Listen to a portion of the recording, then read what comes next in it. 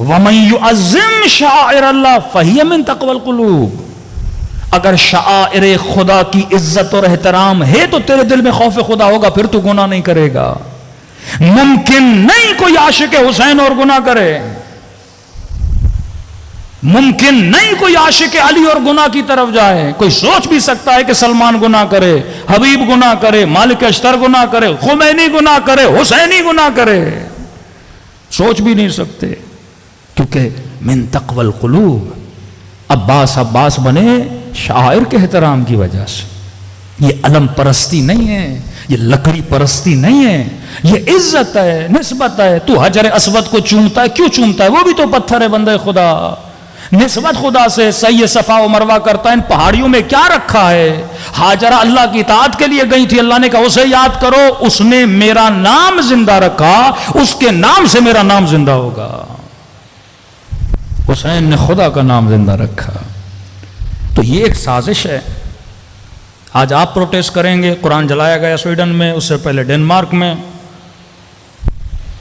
لیکن عوام سے زیادہ حکمرانوں کا کام ہے، مقتدر حلقوں، کیونکہ ان کے دل میں شاعر کا کوئی احترام ہے ہی نہیں۔ قرآن کا احترام وہی کرے گا نا جو قرآن پہ عمل کرے گا۔ نمازی وہ ہیں نہیں، شرابی وہ پہلے سے ہیں، وعدہ خلاف تو وہ ہیں، جھوٹے تو وہ پہلے سے ہیں، جھوٹے وعدے عوام کو دینا، تو ان کے دل میں تو اس قرآن کا کوئی احترام ہے نہیں۔ وہ جو کچھ بھی کر رہے ہیں پھر عوام کے پریشر کی وجہ سے کرتے ہیں نا، ورنہ اگر غیرت ملی ہوتی ان ملکوں کے سفارت خانے نہ بند کر دیے جاتے تھوڑے ٹائم کے لیے۔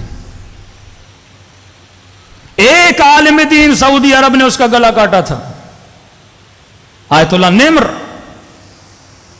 4-5 سالوں کے لیے ایران ایمبیسی بند کر دی، 4-5 سالوں کے لیے۔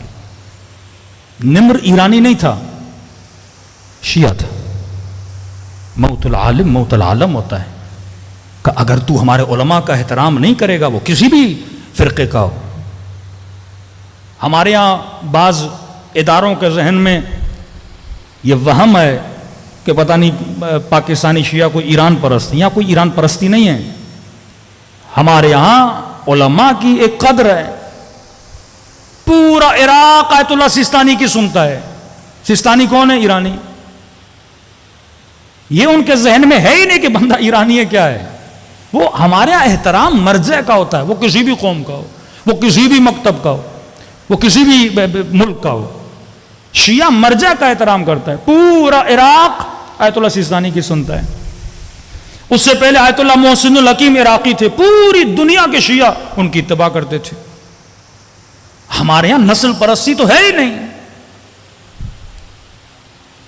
دوسرا یہ ذہنوں میں ڈالا جلی اعوذ باللہ کہ مجھے ایک بات یہ بہت بری لگتی ہے کہ جس طرح انڈیا کے مسلمان بار بار انڈین گورنمنٹ کو یہ احساس دلاتے ہیں کہ ہم ہندوستانی ہیں، ہم ہندوستانی ہیں، کیونکہ ان کو یہی بولا جاتا ہے کہ تم پاکستانی ہو۔ اور یہ چیز مجھے یہاں محسوس ہوتی ہے کہ ہمیں کیوں بتانا پڑتا ہے کہ ہم پاکستانی ہیں، ہم حب الوطنی ہیں۔ ہر قوم کا ایک جین ہوتا ہے۔ آپ پوری دنیا میں جہاں جہاں شیعہ رہتے ہیں ان کا جین چیک کر لو۔ پوری دنیا میں شیعہ جہاں بھی ہے وہ نیشنلسٹ ہے، کہیں بھی چلے جاؤ۔ ایرانی شیعہ بے انتہا اپنے وطن سے محبت کرتا ہے، عراقی شیعہ بے انتہا اپنے وطن سے محبت کرتا ہے، لبنانی شیعہ بے انتہا اپنے وطن سے محبت کرتا ہے۔ عراق کا سنی اتنی عراق سے محبت نہیں کرتا، لبنان کا سنی اور کرسچن اتنی لبنان سے محبت نہیں کرتا، کیونکہ جتنی جانیں لبنانیوں نے لبنان کے بچانے کے لیے دیے کسی اور لبنانی نے نہیں دیے ہیں، جتنی جانیں شیعہ عراقیوں نے عراق کے بچانے کے لیے دیے کسی اور شیعہ نے نہیں دی۔ آذربائیجان کا شیعہ جتنی آذربائیجان سے محبت کرتا ہے وہاں کا کوئی اور مکتب والا نہیں کرتا۔ تو شیعہ کسی بھی ملک کا ہو وہ اپنے وطن کا عاشق ہوتا ہے، کیونکہ یہ درس ہمیں کس نے دیا ہے؟ امام حسین نے دیا ہے۔ آپ ایک فرقہ ایک جگہ پہ شیعہ نہیں دکھا سکتے جنہوں نے اپنے وطن کے ساتھ بغاوت کی۔ اب وہ چاہے شیعہ انڈیا کا ہو، انڈین شیعہ بھی ہندوستان سے محبت کرتا ہے، کیونکہ یہ چیز فرش ازا سے ملتی ہے کہ جس مٹی پہ رہتے ہو اس مٹی سے بغاوت نہ کیا کرو۔ اگر مراجع سے عشق ہے، آغا خامنئی سے عشق ہے، آغا سیستانی سے عشق ہے، یہ ہمارا ایک مکتبی مسئلہ ہے، مرجع کہیں کا بھی ہو۔ عراقیوں میں کیوں تعصب نہیں؟ سیستانی ایرانی ہم کیوں سنے؟ پورے عراق کی پالیسی آگا سیستانی بناتے. مرجع ہے نا, مرجع کی بات مانی جاتی ہے. یہی تو قوت, یہی تو قدرت, یہی تو ہمارے انسجام کی طاقت ہے جو اہل بیت نے دیا. نسل پرستی ہمارے یہاں ہے ہی نہیں. امام بچپن میں بھی امام بنے تو ہمارا امام ہے. ہمارے یہاں معیار تقویٰ, ہمارے یہاں معیار تہذیب, ہمارے یہاں معیار کلام معصومین ہے. تو دشمن کی یہ سازش شروع سے رہی ہے کہ آپ کی نسلوں کو, کیونکہ یہ پورا پلان ہے کہ مسلمانوں کو سیکولر بنایا جائے. اب وہ وہابیت کو کلوز کرنے کا ٹائم آ گیا ہے. اب ایکسٹریمسٹ مسلمان کے جتنے گروہ ہیں ان کو بند کرنے کا پیغام آ دیا ہے. بھائی جتنے بھی ایکسٹریمسٹ گروپس ہیں ان کو بند کرو. اب ان کے جتنے بھی فنکشنز ہیں یا تہوار ہیں یا رسومات ہیں ان کو فیسٹیول کا نام دو. وہ بیداری ختم کر دو, کیونکہ آپ کو نہیں پتا کہ آپ کے جلوس, آپ کی عزاداریاں دشمن کے لیے کتنا خطرہ رکھتی ہیں. واللہ اگر قومیں نظریاتی بن جائیں ان جلوسوں سے کیا کچھ نہیں ہو سکتا. 35 ایئر صدام عراق میرا جلوس نہیں نکلنے دیتا تھا. کیوں؟ اب اسے پتا تھا کہ ایک سیاسی پارٹی جلسہ بھی کرے کروڑوں روپے خرچ کرنے پڑتے ہیں لوگوں کو جمع کرنے کے لیے. یہ بھی افسوس کا مقام ہے, آج کل مجالس بھی سیاسی جلسوں کی شکل اختیار کر گئی ہے. میرے مولوی کا رش کتنا ہے اور تیرے مولوی کا رش کتنا ہے. بھائی یہ معیار تھوڑی ہے, نمبر بازیاں ہو رہی ہیں. کوئی پارٹی پیسے خرچ کر کے بھی بڑی مشکل سے 2 لاکھ 4 لاکھ لوگ جمع کرتی ہے. یہاں عاشورہ کا دن آتا ہے, حسین کے نام پہ بچے بوڑھے سب باہر نکل آتے ہیں.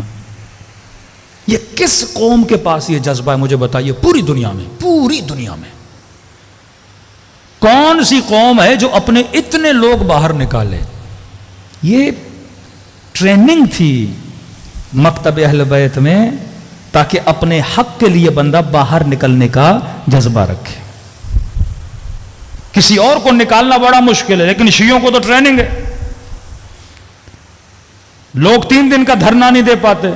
شیعوں کو کیا ہے, دھرنا دیں گے, نوحیں پڑھتے رہیں گے, مولا کا نام لیتے رہیں گے. ہاں ہمارے تو بچے کو ٹریننگ ہے نا باہر نکلنے کی. اس چیز سے بڑا خطرہ ہے. کہتے ہیں ٹھیک ہے جلوس نکلے لیکن اس کو اینگل نہ ملے. صدام کہتا تھا اگر یہ جلوس نکلے اور سب نے میرے خلاف آواز اٹھانا بلند کر دی, وہ کہتا تھا یزید پہ لعنت کرو, میرا نام نہیں لینا. یہ مت کہنا کہ میں آج کا یزید ہوں. اب پرانے والے یزید سے مجھے کوئی مسئلہ نہیں, نئے یزید کا نام نہیں لو. ہاں ہم بھی حسین کا احترام کرتے ہیں, کہتے ہیں, لیکن نیا لیڈر ہمیں نہ دکھانا, کیونکہ اتنے بڑے مجمع کو اگر کوئی لیڈ کرنے آ گیا تو یہ مجمع کو کہیں بھی لے جا سکتا ہے. پھر قوموں میں لیڈر نہیں بننے دیے جاتے, لیڈروں کو مار دیا جاتا ہے, چھین لیا جاتا ہے, اختلافات پھیلائے جاتے ہیں, ٹولوں میں فرقوں میں بانٹ دیا جاتا ہے. اصل ہدف کیا ہے؟ مسئلہ مسلمانوں سے نہیں, آپ سیکولر بن جائیں ان کو کوئی ایشو نہیں. مسئلہ دینداری سے ہے, مسئلہ حجاب سے ہے, مسئلہ عفت سے ہے, مسئلہ حیا سے ہے, مسئلہ قال رسول اللہ سے ہے. اگر کوئی دینی حکومت بنی تھی, ایک وہابی ذہنیت کا آدمی تھا, اس نے کہا ایران میں بڑا ظلم ہے اہل سنت پہ. تو پاکستانی صاحب کھڑے ہوئے تھے, اس نے کہا ٹھیک ہے بھائی جتنا ظلم ایران میں سنیوں پر ہے تم اتنا ہی کرو ہمارے اوپر پاکستان میں. جتنی آسائشیں ملی ہوئی ہیں آپ سوچ بھی نہیں سکتے. بائی روڈ جائیں پاکستان کے بلوچستان سے, اور جیسے چابہار میں آپ ان ہوں گے, چابہار سے ایران شہر چلے جائیں, وہاں سے جتنے بھی اہل سنت کے علاقے ہیں, یعنی ایسے لگتا ہے کہ یہ بھی بلوچ ہیں یہ بھی بلوچ ہیں, لیکن آپ ان کی زندگیاں دیکھیں, گاڑیاں ہیں, شہر کی ڈیولپمنٹس ہیں, سب کچھ ہیں. کیونکہ شیعت میں تعصب ہے ہی نہیں. ایران میں یہ کانسیپٹ ہی نہیں ہے کہ شیعہ مسجد میں کوئی اہل سنت آ کے نماز پڑھے اور وہاں پہ یہ ہو کہ اس کو مسجد سے نکالا جائے. لیکن شیعوں کو خوف آتا ہے کسی اور کی مسجد میں نماز پڑھتے ہوئے نا, کوئی حملہ نہ کر دے, کوئی بدتمیزی نہ کر دے, کوئی بے احترامی نہ کر دے, کیونکہ مکتب اہل بیت محبت کا مکتب ہے. آج تک ہم نے اپنی امام بارگاہوں کے باہر نہیں لگایا کوئی اور نہ آئے. ہم تو کھلم کھلا کیا دیتے ہیں؟ دعوت دیتے ہیں، کیونکہ ہمارا عقیدہ ہے کہ اہل بیت کی محفل میں آئے گا، محبت اہل بیت لے کر باہر جائے گا۔ شیعہ تو اتنے تھے نہیں، کس طرح بڑے؟ انہی مجالس امام حسین سے۔ تو مجالس کا ایک مقصد ہے شعائر اللہ کا احترام کرنا اپنی نسلوں کے دلوں میں، اور یہ امام حسین نے اہتمام کیا کہ پورا سال دشمن کبھی قرآن جلاتا ہے، کبھی کارٹون بناتا ہے، کبھی دین کی توہین کرتا ہے، تو اپنے بچوں کو فرش عزائے امام حسین پر لاؤ اور ان کے دلوں میں قرآن کا تقدس، اہل بیت کا تقدس اور شاعر اللہ کا تقدس بھرو، تاکہ یہ قومیں اور نسل دیندار بھی بنے اور دشمن سے لڑنے کے ان کے اندر جذبہ بھی پیدا ہو۔ صلوات پڑھے محمد وعلی محمد۔